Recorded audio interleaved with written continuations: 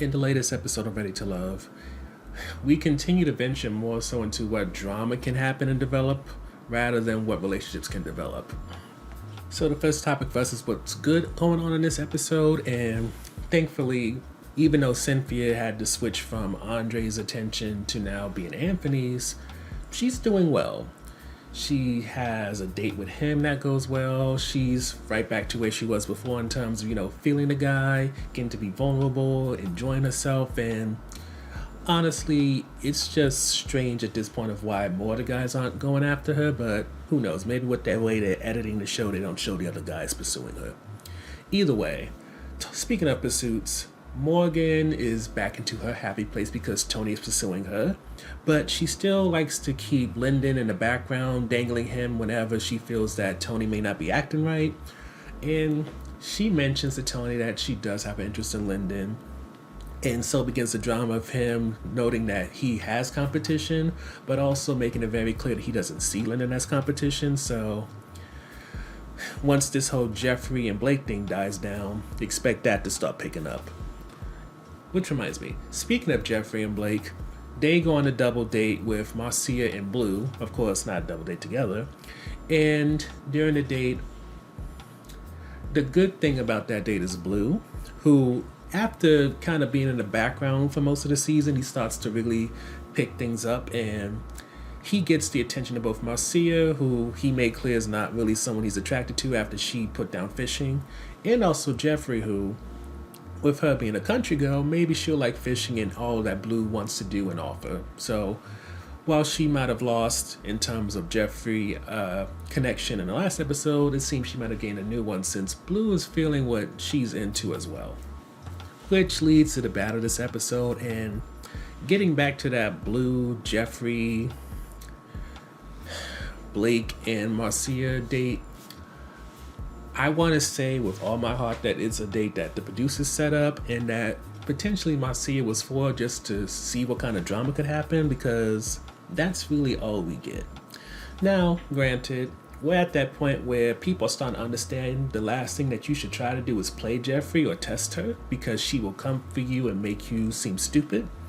And it seems at this point Blake understands that, so when, they try to push him to talk about it, he's finally in that place to be mature enough to not speak on it because he knows what could come of it.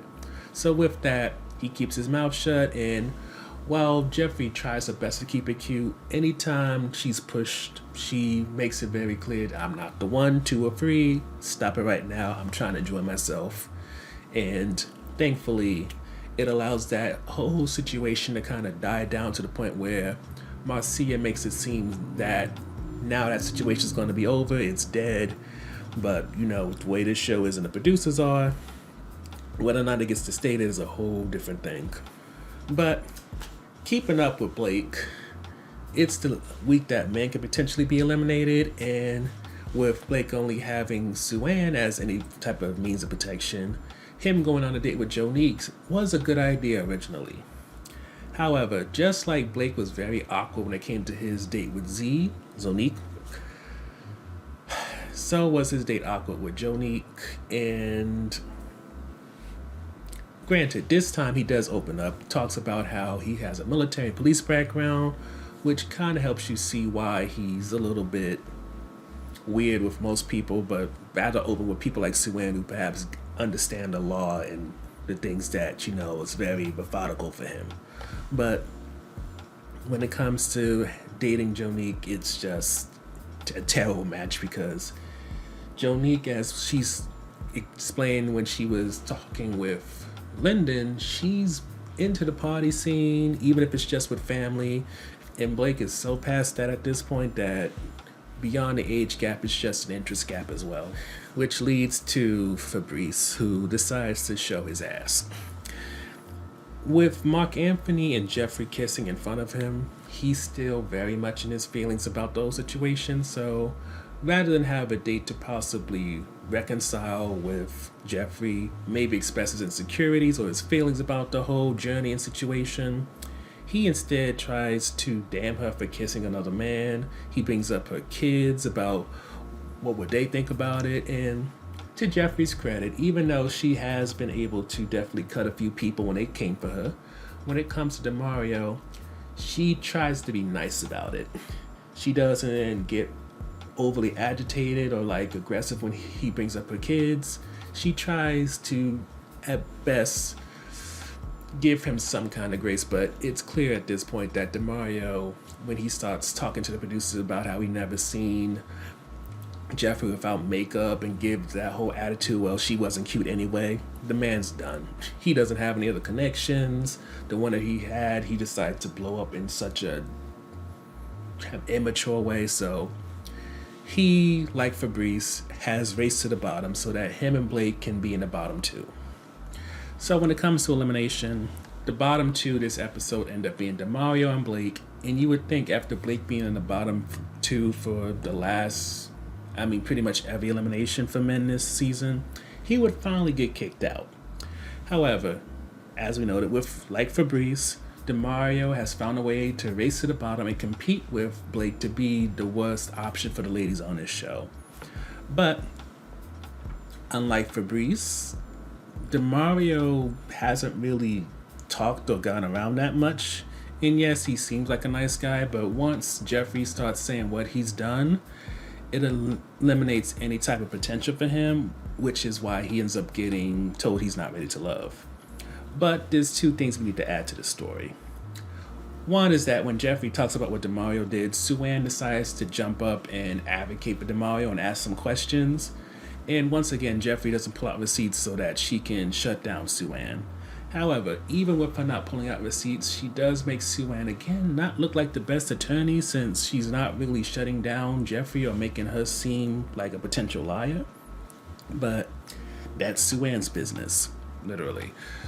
And another thing we have to mention is that when Cynthia, who's tasked with telling Blake he's getting to stay, talks with Blake, she's the one who finally seems to be able to make it clear by just being stern and straightforward with him that the way you're handling your situation with Jeffrey right now is not making you look good, and you kind of backing down and looking like a guilty puppy, it's not helping your situation. So the first highlight buzz is just Jeffrey, and that's because at this point, I don't think she's really that entertained by the men or stimulated by them, but she gets free meals, free activities, and if someone comes for her, dressing them down is just something else to do. From what it seems, it's not necessarily keeping her sharp, but it's a game to pass the time with and something to do, just like going out to eat. So any opportunity to interact with people her own age and maybe have some fun at their expense, why not? The second highlight for us is just, even though DeMario didn't have the best time on the show, especially with him getting kicked out kind of early on, I appreciate the fact that he, as with the other people who've left so far, didn't really get dramatic. Fabrice got in his feelings a little bit, but he didn't do anything that was like over the top. And hopefully, even if they haven't necessarily cast the best matches when it comes to this season, maybe at the very least we could have people who don't come out of character just because they're told they're not ready to love. The last highlight for us is just how Cynthia handled Blake, and it's because there's not enough praise that you can give Cynthia. She's someone who has truly shown that she wants to find love. She wants to find it no matter the package it's in, and I think having her show a different side to her makes it very clear that yes, she can be all much lovey-dovey and all that, but at the same time, she will switch up on somebody if they need to have a real talking to. And the way she handled Blake made it very clear that she wants to maintain the energy and aura of the journey as she has it, and the last thing she wants is Blake messing with that journey by continuing to do and say the most stupid things to people and making it so when a lounge happens, she has to now listen to a bunch of people who are having a bad time, and because they're having a bad time, could eventually try to come onto a good time by either going after the guy she's talking to or even trying to suck her into the situation. She don't want that. She's not here for other people's drama. She's here for love. And she wants to make sure that he recognizes that if you keep causing problems, it's not just going to be Jeffrey that's going to be trying to get you out of here. So the low point for us is just that Blake is still here, and that's because if you're in the bottom two for every single opportunity you can be, I feel like at this point it's time to ask, is it time for a double elimination? And I get Andre just left, so doing that could throw off the episode count a little bit, but at the same time, it's not like Blake is really trying. He hasn't really tried to make amends with any of the ladies. And the thing is, through Sue-Ann, we see that he does have the ability to be charming. He does have the ability to communicate, yet he's not making any kind of effort with any of these other women. Not for mine, even Jeffrey, to at least try to apologize, or at least try to convey the idea that I messed up. I said the wrong things or did the wrong things. It's because of this, that, and the third. My bad. Instead, Diz has decided to want to give him some kind of grace, especially with learning he has a cop of military background. So with that in mind, being blunt to the point and things like that, you can tell it's definitely his way of life. But again, as Mercedes and Cynthia know, while they get it, at the same time, he's not making it seem that even if he's a little bit different or gruff at times, he's still redeemable or likable. But it seems that bracelet he gave Sue-Ann is paying in dividends, because with her having rose-colored glasses on and selective hearing, she's figuring out a way to keep him on. So the on-offense topic for us is Morgan. And to make it simple, Morgan, I feel like the way she's using Lyndon to kind of manipulate Tony kind of lowers her standing, in our opinion. Mainly because it makes her look very insecure and kind of immature in a way, like she's in high school and using this one guy so that she can try to influence this other guy. And granted, when you think about the way Morgan is, since she's never been in love before, maybe this is her understanding based off of whatever's happened in her life. This is how you play the love game. But something about it, especially when you know that this is going to fuel Tony's competitive side to the point that he's going to start talking down to Lyndon, it makes me hate that this is the kind of drama that we will have to expect, and for some of us maybe even look forward to, because it just seems so like you're supposed to be 30, 40, 50 when it comes to this show, and yet you're still doing this dumb stuff that 20-year-olds and people in their teens are doing. It's just terrible. So as for who we see getting eliminated next and who we see potentially ending up together, when it comes to the men, Blake will forever be on our bottom two list. And I think it would be safe to put Lyndon down with him because, as we noted, Lyndon is the backup plan for many people. And unless somebody says something dramatically dumb, like Demario Fabrice, I don't think Blake is likely to make it past the next elimination without getting kicked. As for the ladies, I definitely think Jonique should be in the bottom two, and that's just because she isn't connecting with anyone, and seemingly she's just been making it because other ladies have been ruffling the guy's feathers.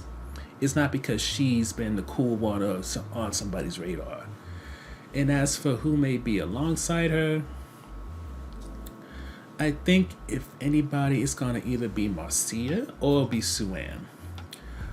Marcia because nobody has really taken to her that much, and then Sue-Ann for the same reason because only Blake has. And so actually we're thinking that it's definitely going to be Marcia because Sue-Ann at least has Blake advocating for her. When it comes to Marcia, she got that homie vibe label once, so with that it's probably a done deal. Now, as for who's going to make it to the end, I'm still very much thinking that Mark Anthony and Mercedes are going to make it to the end, but as for other couples, the longer this show goes on, the harder it is to say that anybody else may actually make it. A part of me wants to believe that Cynthia and Anthony could possibly make it to the end, but considering how so many men have said or done one dumb thing and then that ruined everything, who knows if that's going to happen. As for a third couple, I think maybe Morgan and Tony can make it, but I still feel like if they do make it to the end, something's going to happen where by the time we hit the reunion show, we're going to find out that they're no longer together, or else it's immensely complicated. It's not going to be a lovey-dovey affair for them.